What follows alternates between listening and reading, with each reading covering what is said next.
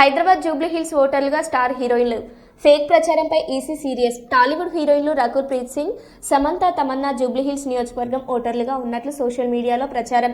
EC ప్రతిష్ట దిగజార్చేలా ప్రచారం చేయడంపై పోలీసులకు ఫిర్యాదు. అటు టాలీవుడ్ హీరోయిన్లు పేరుతో ఓటర్ స్లిప్ల అంశంపై విచారణ చేపట్టిన హైదరాబాద్ జిల్లా ఎన్నికల అధికారులు